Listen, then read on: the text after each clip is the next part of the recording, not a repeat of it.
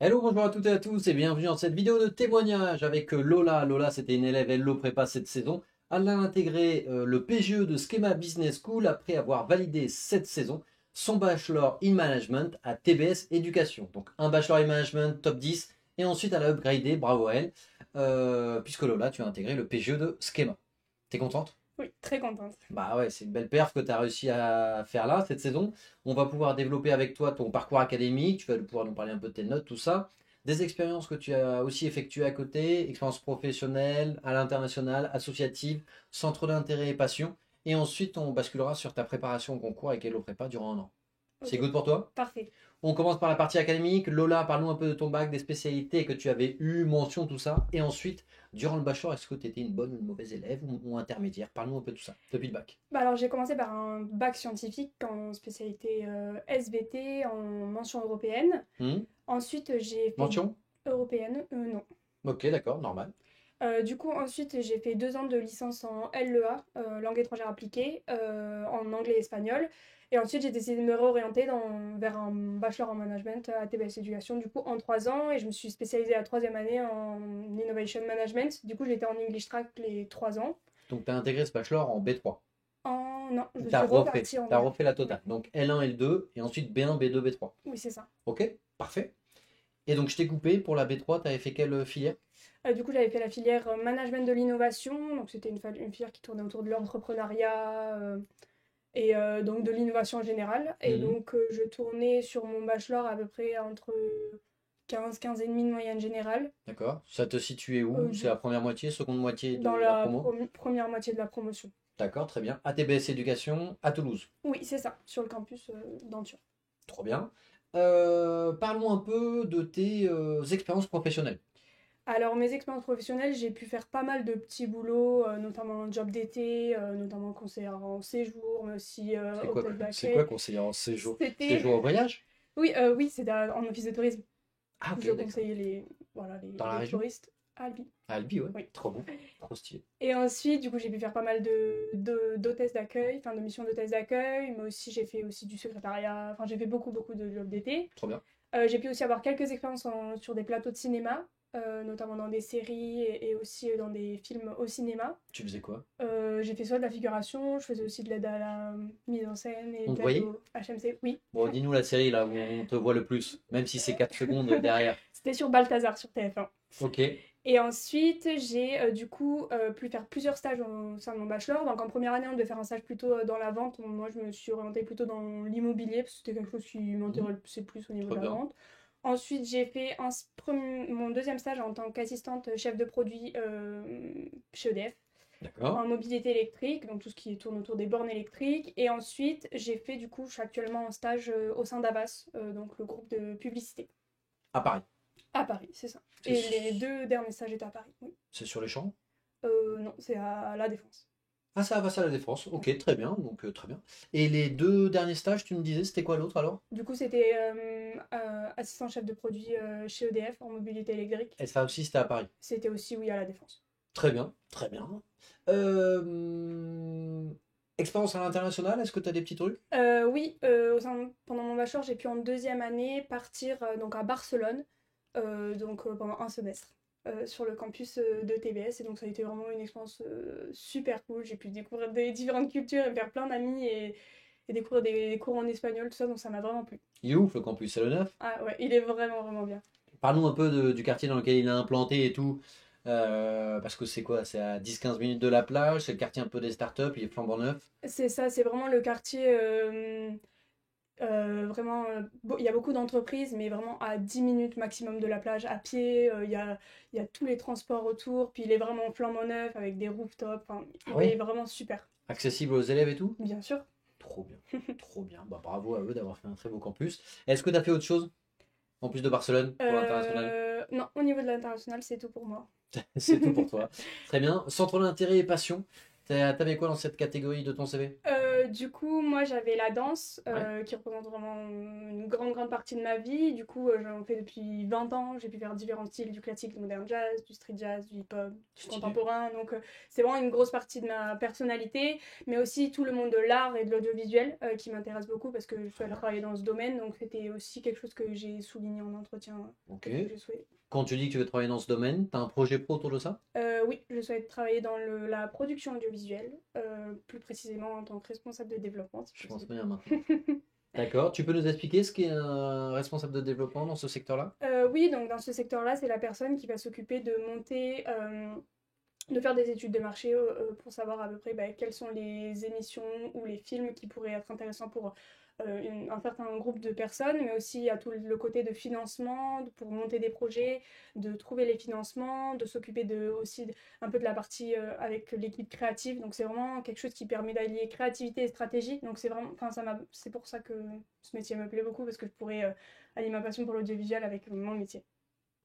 Bien, très bien. Est-ce que tu avais d'autres passions, centres d'intérêt? J'ai fait aussi beaucoup de piano. Ok. Du coup, Solfège, conservatoire ou autodidacte?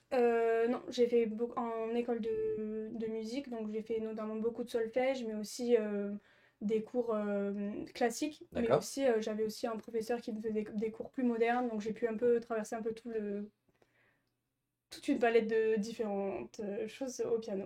Donc Trop bien. ça m'a vraiment plu aussi. Parfait. Euh, Ils sont peu en bachelor à se dire qu'ils peuvent ensuite intégrer un PGE, mais d'une autre école. Toi, à partir de quand ça t'est venu à l'esprit? Parce que tu es dans une bonne école, je pense que tu te plais au sein de ce bachelor, à TBS Éducation. Donc c'est un bachelor en 3 ans, parfois il y a des bibions en 4 ans selon l'école dans laquelle vous êtes. À quel moment tu t'es dit, bon bah je vais faire les concours AST pour avoir une école mieux classée? Je dirais que c'est dès ma rentrée en B1, je savais Ok. à peu près où je voulais aller en master et où je comptais me diriger. À peu près, je n'avais pas le secteur très précisément dans lequel je voulais travailler, mais c'était un de mes objectifs de passer les concours AST. Donc dès le début, je savais que je voulais prendre cette voie-là. Parfait. Comment est-ce que tu nous as connus à Hello Prépa? Grâce à une connaissance, mais aussi grâce du coup au grand manuel du Taj Mahal, où j'avais pu Mhm. voir la possibilité de prendre une prépa. Et pour moi, je suis une élève très scolaire, où il faut donner une certaine organisation. Et j'avais vraiment envie de me mettre à fond dans ce concours. Donc c'est pour ça que j'ai préféré prendre une prépa, afin de bien sûr structurer et de pouvoir être guidée en fait. Parce que sans, je trouvais que c'était un peu flou. Donc, Ouais, bah t'as eu raison, c'est le principe d'une prépa. Au moins t'es guidé, t'es encadré, t'as un cadre de travail, ça diminue aussi grandement la charge mentale. Et ça a plutôt bien marché parce que tu vas intégrer Schema en PGE, donc ça c'est trop cool. Ça change quand même beaucoup en termes de perspective professionnelle.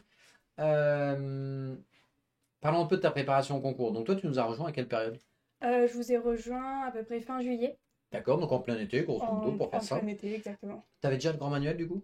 Pas encore. Pas D'accord? encore. Je l'ai acheté bah, dans la foulée Ouais, très de bien. la prépa. Comment c'est le Taj Mahal? C'est Euh, dur. Dis-nous un peu quelles ont été les difficultés que tu as pu ressentir face à cette épreuve et comment ça s'est passé ta préparation avec nous.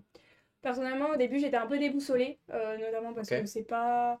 Même si j'ai fait un bac scientifique, les maths, c'était pas ma tasse de thé. Donc, d'accord. c'était quand même un gros challenge pour moi, les mathématiques, même si une fois qu'on a compris le mécanisme, en fait, ça va beaucoup plus vite. Mais en fait, du coup, grâce à Hello Prépa, j'ai pu apprendre les mécanismes et directement repérer les différents exercices, de dire ça, c'était le même que celui que Mhm, j'avais déjà trop vu. bien. Donc, j'ai pu gagner ici aussi. Mais le français est aussi compliqué quand même, la compréhension de texte. Il faut vraiment comprendre la subtilité du texte. Mhm, Et c'était quelque chose que j'ai débloqué, du coup, lors de mon second passage au Taj Mahal, la ouais. compréhension des questions qui peuvent être un peu des fois compliquées vraiment à comprendre bien le sens et se dire bah, c'est bizarre parce que toutes les réponses répondent à la question. Mhm. Quelle est la subtilité? Du coup, ça m'a vraiment. Enfin, c'était quelque chose qui me faisait peur au début, mais du coup, plus en m'entraînant du coup chaque semaine, j'ai pu prendre confiance et du coup, ça m'a.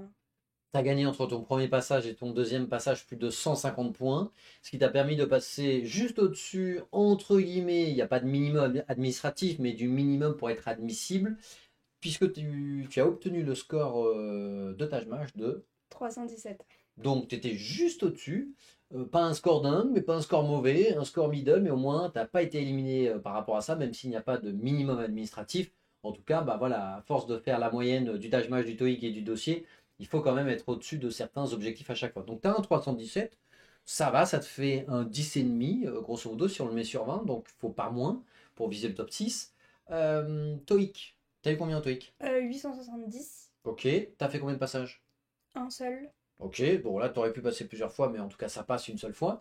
Le dossier, est-ce que t'as fait le CV avec nous? Oui, je l'avais C'était avec fait qui? avec Hugo Jean? Evan, je l'avais fait à peu près en fin août. Je l'avais Ouais, fait ouais, super tôt, dans enfin le dès la, premier mois, hein. exactement, les premiers appels, faites votre CV, je l'ai Ouais. fait. Est-ce qu'il y avait un avant, un après, parce que c'était en visio call avec lui?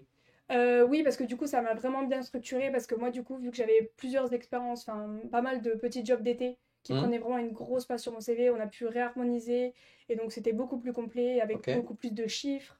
Donc c'était, là, je voyais qu'il est passé vraiment de peut-être un 10 à un 20. Ok, ouais, ouais, clairement, il y a toujours un avant et un après. Et n'oubliez pas sur la partie dossier, il y a la partie académique où vous êtes évalué. Cette partie-là, elle est gravée dans le marbre. En fait, vous ne pouvez rien y faire parce que votre première année d'études, elle est passée, la deuxième année, elle est passée. Et le premier semestre, en fait, de votre troisième année, bah, vous n'allez pas totalement changer votre moyenne générale. Par contre, on a un énorme impact sur tout ce qui est création du projet professionnel, rédaction du CV. Et là, vous êtes noté là-dessus, c'est très important. D'autant plus que pour Schema, tu avais un CV projectif, Oui, ça qu'on a fait au moment des oraux. exactement. Sur cette première partie de préparation pour les épreuves écrites, tu étais à distance. Oui, T'arrivais à bien te connecter pour les lives et tout. Si jamais t'en oui, loupé, tu regardais c'était les replays.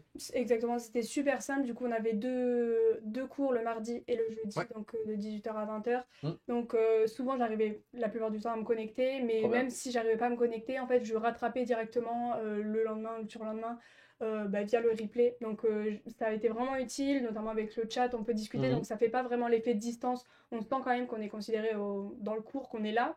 Donc ça m'a vraiment aidé cette partie-là. Et donc, c'est vraiment modulable avec notre emploi du temps. Même si on est sur Paris, on peut quand même moduler avec Trop bien.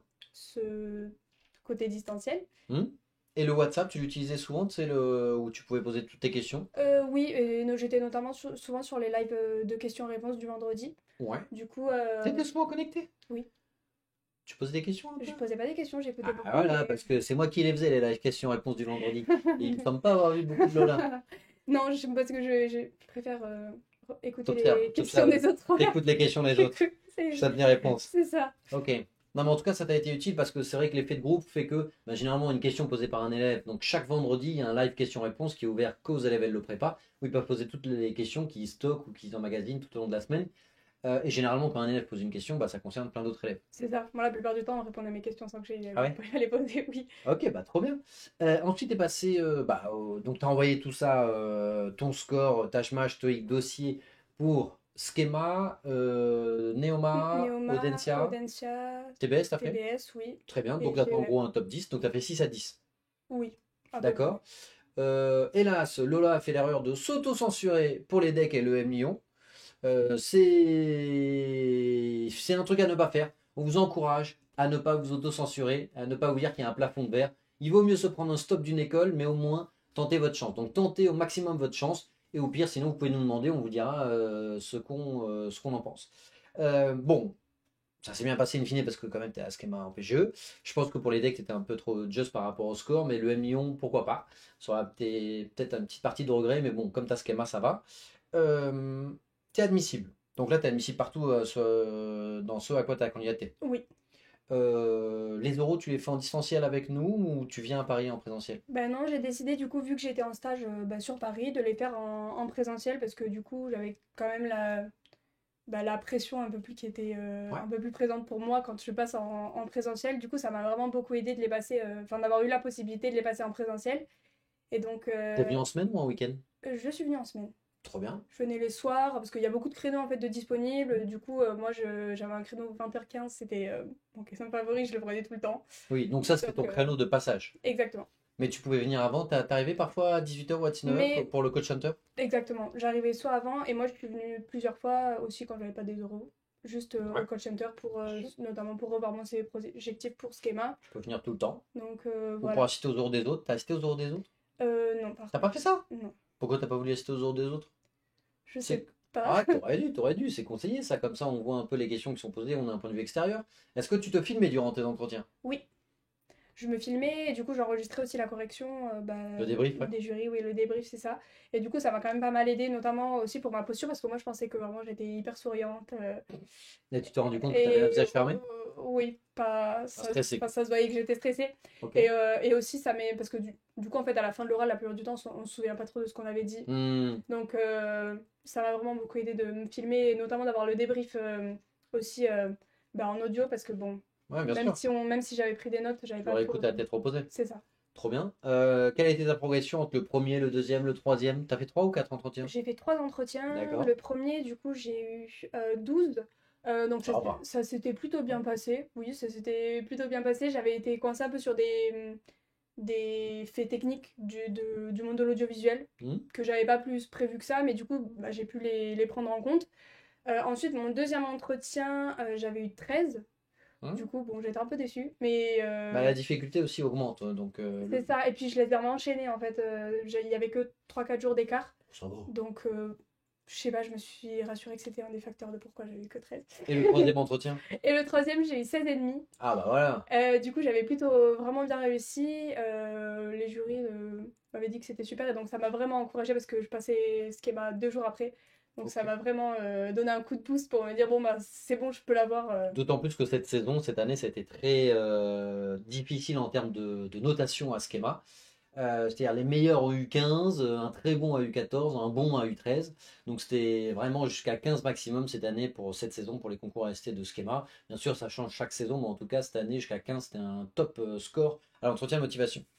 Donc tu fais avec nous, tu fais un 12, 13, 16 et demi. Si on prend tes euros dans l'ensemble, parce que tu es allé à Neoma, Aditya, partout, ça te tourne autour de quoi tes notes? Alors, autour de 15. Et du Hein. coup, pour Schema, j'ai eu 13.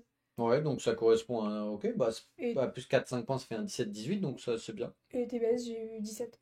Trop bien. Donc 17, 15 15. à Audencia. Audencia, on n'a pas encore reçu T'as pas les encore eu tes notes. notes? Ok. Mais 15 à Neoma. 15 dans Neoma, solide. Et du coup, 13 à Schema. Ok, parfait. Ton CV, pardon, projectif, on l'a fait Oui. ensemble? Oui. Bah, je l'avais fait avec toi, justement. Je m'en souviens plus. Non, mais je me souviens de ton projet pro parce que tu étais la seule cette année en production audiovisuelle. Oui. Mais ok. Et on a fait un truc bien? Oui, bah, non, c'est plus que bien passé parce que du coup, face au jury, il était très cohérent et puis ils m'ont pas pu Ok. se poser des. Ça s'est bien Enfin, passé? rentrer Le jour vraiment J?